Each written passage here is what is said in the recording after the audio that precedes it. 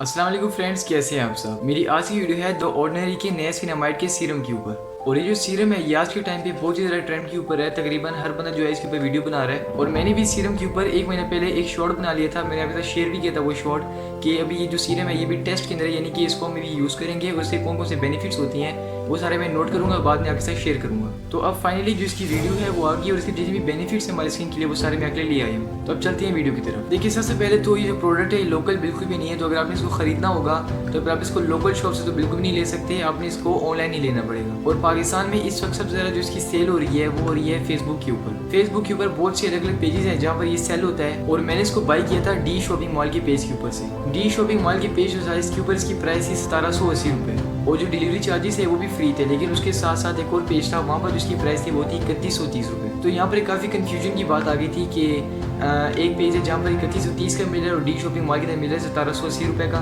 तो ये बात मैंने पूछी डी शॉपिंग मॉल वालों से कि आप इस प्रोडक्ट को इतना सस्ता करके क्यों बेच रहे हैं। तो उनका जवाब ये था कि असल में न्यू ईयर सेल आने वाली है, जिसकी वजह से जो हमारा प्रोडक्ट है हम इसको डिस्काउंट पर बेच रहे हैं 1 जनवरी से लेकर 10 जनवरी तक। तो मैंने सोचा ये बेहतरीन मौका है इस प्रोडक्ट को मंगवाने का, तो मैंने इसको मंगवा लिया। तो आइए अब बात कर लेते हैं कि नियासिनामाइड असल में क्या है। जो नियासिनामाइड होता है ये असल में विटामिन B3 की टाइप होती है। और अगर इसको सीरम में इस्तेमाल किया गया तो मतलब कि सीरम के अंदर विटामिन B3 को इस्तेमाल किया गया है। और जो सीरम है ये वाटर बेस्ड सीरम है। जो विटामिन B3 होता है ये आपको ओरली यानी कि टैबलेट के अंदर भी मिल सकता है, आपको क्रीम के अंदर भी मिल सकता है, या फिर आपको जेल की फॉर्म में भी मिल सकता है। इसके अलावा विटामिन B3 को आप खुराक के जरिए भी हासिल कर सकते हैं। मसलन कि जो मछली होती है, जो गोश्त होता है, अंडा और दूध, इन तमाम चीज़ों को खाकर भी आप अपने जिस्म के अंदर विटामिन B3 की कमी को पूरा कर सकते हैं। आप इन तमाम चीज़ों को खाकर भी जो अपने जिस्म में विटामिन B3 की कमी है उसको पूरा कर सकती हैं, लेकिन इसका जो रिजल्ट होगा वो थोड़ा लेट मिलेगा। लेकिन जब हम इसको अपनी स्किन के ऊपर अप्लाई करते हैं तो भी जो रिजल्ट होती हैं वो हमें ज़्यादा बेहतर मिलती हैं और ज़्यादा जल्दी मिलती हैं। इसीलिए आप देखते हैं कि मार्केट में हर दिन किसी न किसी विटामिन का कोई नया सीरम आया होता है। इसीलिए आपने एक साथ देखा होगा कि बहुत सी ऐसी क्रीमें, बहुत सी ऐसी जेल्स होती हैं जिनके अंदर इसको इस्तेमाल किया जाता है।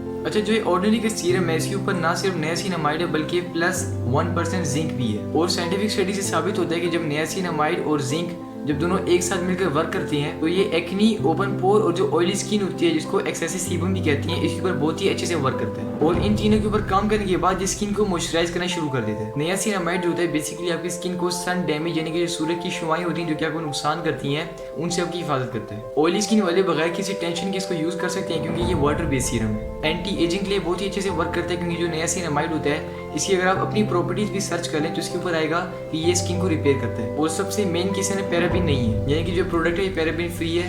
और मैं आपको बता दूं कि पैराबिन क्या होता है। बहुत से प्रोडक्ट होते हैं जिनके ऊपर लिखा होता है कि पैराबिन इसमें है, कुछ होते हैं जिनके ऊपर लिखा होता है पैराबिन नहीं है। तो जो पैराबिन होता है इसको प्रोडक्ट की लाइफ को ज़्यादा करने के लिए इस्तेमाल किया जाता है। यानी कि अगर मैंने कोई प्रोडक्ट बनाई मेकअप का, मैं इसको सेल करना चाहता हूँ लेकिन मैं इसकी लाइफ को ज़्यादा करना चाहता हूँ, 2 से 3 साल भी करना चाहता हूँ, तो फिर मैं इसके डालूंगा पैराबिन को, तो जिसकी लाइफ होगी ये इन्हांस हो जाएगी। लेकिन इसी साथ साथ प्रोडक्ट में एक नुकसान भी आ जाएगा और वो नुकसान किसी भी फॉर्म में आपको आ सकता है, यानी कि स्किन में इचिंग हो सकती है, रेडनेस हो सकती है, या फिर कोई एलर्जिक रिएक्शन हो सकता है। तो ये बहुत ही अच्छा एडवांटेज है इस प्रोडक्ट को यूज़ करने का कि इसमें पैराबिन नहीं है। आपके लिए ये जानना भी ज़रूरी है कि जो एक्नी होती है हमारे फेस के ऊपर आती कैसी है। तो देखिए, सबसे पहले क्या होता है कि जो ऑयली स्किन होती है इसके ऊपर आप जानते हैं कि ऑयल बहुत ही ज़्यादा प्रोड्यूस होता है। तो जो ओपन पोर्स होते हैं जहाँ से ऑयल बहुत ज़्यादा निकलता है, अगर इसके ऊपर डस्ट आ जाए, यानी कि अगर वो बाहर के इन्वायरमेंट में फिरते हैं तो भी जो डस्ट होगी वो ओपन पोर्स को बंद कर देगी। इसके नतीजे में क्या होगा कि जो पोर्स है वो बंद हो गए, लेकिन जो सीबम है वो कॉन्स्टेंटली अंदर से निकल रहे हैं। अब जो सीबम है यानी कि ऑयल, उसको बाहर निकलने के लिए कोई जगह नहीं मिली क्योंकि जो पोर है वो ऊपर से बंद है।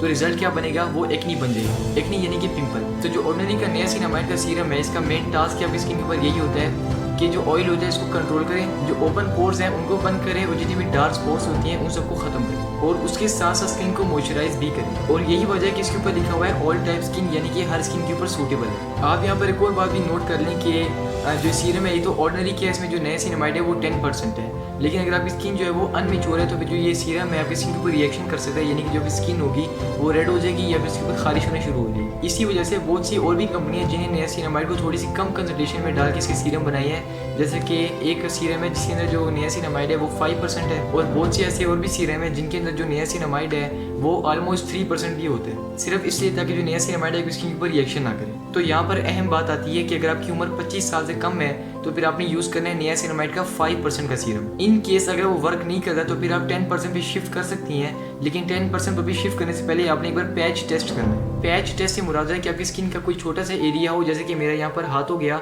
और मैं यहाँ पर थोड़ी सी क्वांटिटी के अंदर सीरम को लगाऊंगा, ये चेक करने के लिए कि ये मेरी स्किन के ऊपर रिएक्शन ना करे। अगर ये कुछ घंटे तक रिएक्शन नहीं करता तो मतलब ये सेफ है यूज़ करना और मैं इसको फिर यूज़ कर सकता हूँ। मैं आपको इसे ओपन करके भी दिखा देता हूँ। देखिए यहाँ पर जो बॉक्स है ये 30 ml की पैकिंग है। इसमें दो पैकिंग्स आती हैं, एक होती है 60 ml की, एक होती है 30 ml की। तो यहाँ पर मेरे पास 30 ml की और यहाँ से ये सीरम आ गया। ये जो सीरम की बोतल है ये बेसिकली मैट फिनिश के साथ आई है, यानी कि जो इसके ऊपर गिलास है ये बिल्कुल ब्लर्स है और दिखने में भी काफ़ी खूबसूरत है। तो यहाँ से मैं जैसे इसको ओपन करता हूँ, इसके ड्रॉपर के अंदर से जो सीरम है वो सामने आ जाता है। यहाँ पे आप इसकी कंसंट्रेशन भी देखो। असल में इसकी पैकिंग के ऊपर लिखा हुआ है कि आपने इसको सुबह और शाम यूज़ करना है, लेकिन मैंने इसको 1 महीने तक सिर्फ रात को ही यूज़ करवाया। जो लोग बिल्कुल फर्स्ट टाइम इस नियासिनामाइड के सीरम को यूज़ करें, यानी कि इससे पहले उन्होंने नियासिनामाइड को यूज़ नहीं किया, तो उनको मैं गाइड देता चलूँ कि आपने जब इस सीरम को अपने फेस के ऊपर लगाना है, यानी कि 10% का जो नियासिनामाइड होगा 1% जिंक के साथ, आपने इसके सिर्फ 3 ड्रॉप्स अपने फेस के ऊपर लगानी है। 3 ड्रॉप भी मैं आपको क्लियर करवा देता हूँ। 3 ड्रॉप से मुराद होता है कि ये पहला ड्रॉप, ये दूसरा ड्रॉप और फिर ये तीसरा ड्रॉप। ठीक है, आपने इसी तरह इन 3 ड्रॉप को अपने पूरे फेस के ऊपर लगाना है और अच्छे से मसाज करना है। मसाज करने का मकसद ये कि अच्छे से स्किन की ना जज़ब हो जाए। 3 ड्रॉप लगाना लाजमी क्यों है मैं आपको ये बता दूं। अगर आप बहुत ही ज़्यादा सीरम लगाइए अपने फेस के ऊपर तो आपकी जो फेस है इसके ऊपर अगर एक्नी नहीं है तो फिर एक्नी आ जाएगी। तो अगर आपके फेस के ऊपर एक्नी आ गई, इसका ये मतलब हरगिज़ नहीं है कि जो सीरम है ये फेक है, ये सही से वर्क नहीं करता या फिर आपको सेलर ने सही सीरम नहीं भेजा।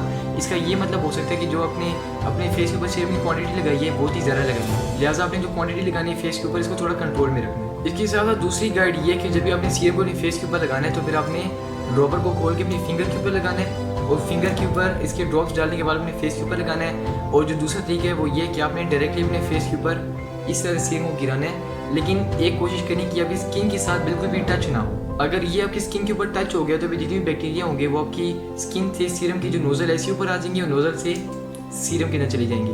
तो इससे क्या होगा, जो आपका सीरम होगा वो फिर सही से वर्क नहीं करेगा। लिहाजा आपने इस मामले के अंदर भी थोड़ी सी एहतियात करनी है। जब भी आपने सीरम लगाना हो तो अपने स्किन से थोड़ा सा फासले पे रखना है। अब मैं आपको लेके चलता हूँ अपने रिव्यू की तरफ कि हमने इसको कैसे यूज़ किया और उनमें से कौन कौन से बेनिफिट्स हासिल किए, इसके अलावा कौन कौन सी प्रिकॉशन जो कि आपको फॉलो करनी है। लेकिन उससे पहले अगर आप वीडियो में यहाँ तक पहुँच गए तो मीन्स कि आपको वीडियो पसंद आ रही है। तो अगर आपको वीडियो पसंद आ रही है तो वीडियो को लाइक करके मेरे चैनल को सब्सक्राइब जरूर कीजिएगा। चलते हैं फिर से वीडियो की तरफ। फर्स्ट ऑफ ऑल मैंने इसको जिसके ऊपर यूज़ करवाया उसकी एज थी 30+ और जो उसकी स्किन थी वो थी ऑयली स्किन। इसके साथ साथ जो उसकी स्किन थी उसके ऊपर ओपन पोर्स भी बहुत ही ज़्यादा थे। सबसे पहले जो मैंने जब इसको स्किन के ऊपर लगवाया तो भी जो ये सीरम है ये तो वाटर बेस्ड है, लेकिन जब स्किन के ऊपर लगने के बाद जिसका टेक्सचर था वो बिल्कुल स्टिकी हो गया। यानी कि वाटर बेस्ड सीरम होने के बावजूद भी ऐसे लग रहा था कि जो सीरम है इसमें कोई स्टिकी सा सब्सटेंस यूज हुआ है। इसके बाद जो सीरम था पहले 3-4 दिन तक तो इसने बहुत ही ज़्यादा रिएक्शन किया स्किन के ऊपर, यानी कि जैसे स्किन के ऊपर लगाया तो हर थोड़ी देर बाद जो इचिंग होती है खारिश वो होना शुरू हो जाती थी। तो हमने इस बात को इग्नोर करके इसको कॉन्स्टेंटली यूज़ करना शुरू कर दिया। वो इसलिए क्योंकि इसके बारे में ये बात वैसे भी बहुत ही ज़्यादा कॉमन है कि जैसे आप इस सीरम को यानी कि जो स्पेशली 10% नियासिनामाइड का सीरम होता है इसको अपने फेस के ऊपर यूज़ करेंगे तो भी जो रिएक्शन होगा वो बहुत ही जल्दी होगा। और अक्सर केसेस में है कि जो रिएक्शन होता है ये होना बहुत ही ज़्यादा कॉमन होता है। 3-4 दिन के बाद इचिंग तो खत्म होगी, लेकिन उसके बाद दूसरा मसला क्या आया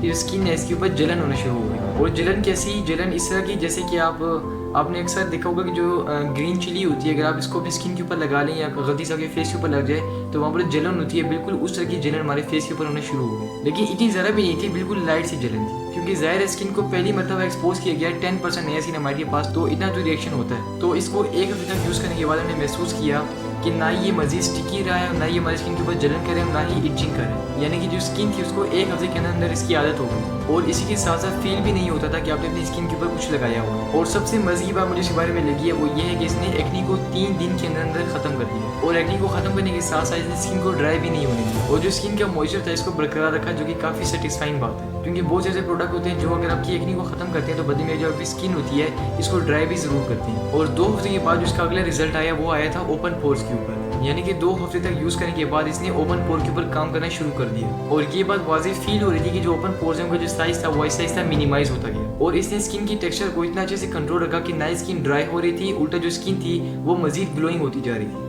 और वो भी ग्रीजी किए बगैर, यानी कि ऑयली किए बगैर। अच्छा, जो एक्नी होती है इसको तो ये 3 दिन के अंदर यानी कि बहुत ही जल्दी ख़त्म करता है, लेकिन एक्नी का जो स्पॉट होता है वो थोड़ा सा लेट जाता है। यानी कि मैंने आपको इससे पहले बताया कि एक्नी को 3 दिन के अंदर अंदर जो होता है गायब कर देता है, लेकिन उसके बाद जो एक्नी का स्पॉट होता है छोटा सा लाइट ब्राउन कलर में या फिर लाइट पिंक कलर के अंदर छोटा सा आपकी स्किन के ऊपर रह जाता है, उसको ये थोड़ा लेट गायब करता है। लेकिन जो इसका वाइटनिंग का क्लेम है वो इतना अच्छे से वर्क नहीं करता। आप इस तरह कह सकते हैं कि 30% की वाइटनिंग के ऊपर काम करता है। लेकिन इसके मुकाबले में जो विटामिन सी का सीरम होता है वो और भी अच्छे से वर्क करता है।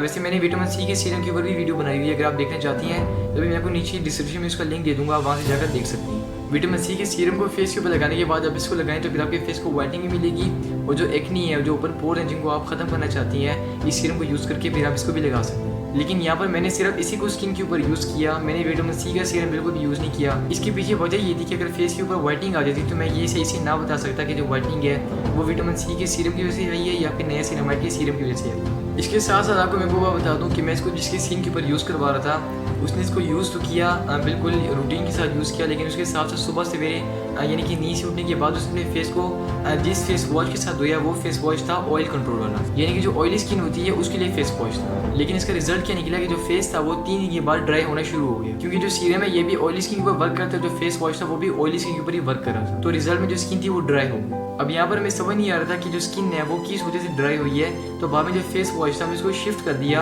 ऑयल स्किन टाइप के ऊपर, और वो फेस वॉश है चिल्टन प्योर का ऑल टाइप स्किन का फेस वॉश, और उसके ऊपर मैं जल्द से जल्द वीडियो लाने वाला हूँ। और जो ऑल टाइप स्किन का फेस वॉश था उसके साथ भी जिसके रिजल्ट थे वो अमेजिंग आ रहे। अब यहाँ पर मैं आपके सामने रखता हूँ 2 चॉइसेस। सबसे पहली चॉइस ये कि आपने अगर इम्पोर्टेड प्रोडक्ट यूज़ करने अपनी स्किन के ऊपर से एक्नी को दूर करने के लिए तो फिर आप ऑर्डिनरी के सीरम को यूज़ कर सकती हैं। और उसके बाद जो दूसरी चॉइस है वो ये कि अगर आपने लोकल प्रोडक्ट यूज़ करने अपनी स्किन के ऊपर से एक्नी और ओपन पोर्स को दूर करने के लिए तो फिर आप यूज़ कर सकती हैं ओलेम का 2% सैलिसिलिक एसिड सीरम। इसके ऊपर भी मैंने वीडियो बनाई है, इसका जो लिंक है वो आज का मैं आपको नीचे डिस्क्रिप्शन में दे दूंगा, वहाँ से जाकर देख सकती हैं। इसकी जो प्राइस है वो है 500, लेकिन ये जो एक्नी होती है इसके ऊपर वर्क बहुत ही स्लो करता है। इसकी वर्किंग स्लो क्यों है, क्योंकि इसके पीछे 2 वजह हैं। सबसे पहले ये कि जिसकी प्राइस है वो है 500 रुपीज़, जो इसकी प्राइस है वो है 1780, यानी कि इसकी कीमत में आप इस तरह के 3 सीरम ले सकती हैं। और दूसरा ये है कि जो सीरम है ये 100% नेचुरल है, ये आपकी स्किन को वाइटनेस भी देगा लेकिन जो ग्लो होती है वो नहीं देगा, क्योंकि ये सीरम सिर्फ एक्नी और ओपन पोर्स के लिए। और जो ये सीरम है ये भी एक्नी और ओपन पोर्स के लिए, लेकिन उसके साथ जो ऑयली स्किन होती है उसको भी कंट्रोल करता है, और जो एक्नी के बाद डार्क स्पॉट्स होती हैं उनको भी खत्म करता है। तो फ्रेंड यहाँ पर जो मर्जी है वो आपकी कि अपनी स्किन के ऊपर से एक्नी और ओपन पोर्स को खत्म करने के लिए कौन सा सीरम यूज करना चाहते हैं। तो फ्रेंड आज की वीडियो को मैं ये भी मुकम्मल करता हूँ। वीडियो पसंद आई तो वीडियो को लाइक करके मेरे चैनल को सब्सक्राइब जरूर कीजिएगा। अगर आपके जहन में कोई भी क्वेश्चन है तो आप फ्रीली मुझे कमेंट सेक्शन में पूछ सकती हैं, मेरा कमेंट सेक्शन आपके लिए ओपन है, और जो मेरा रिप्लाई होगा वो आपको यूट्यूब की नोटिफिकेशन में आ जाएगा। मैं आपसे मिलूंगा अगली वीडियो में, तब तक के लिए अल्लाह हाफिज़।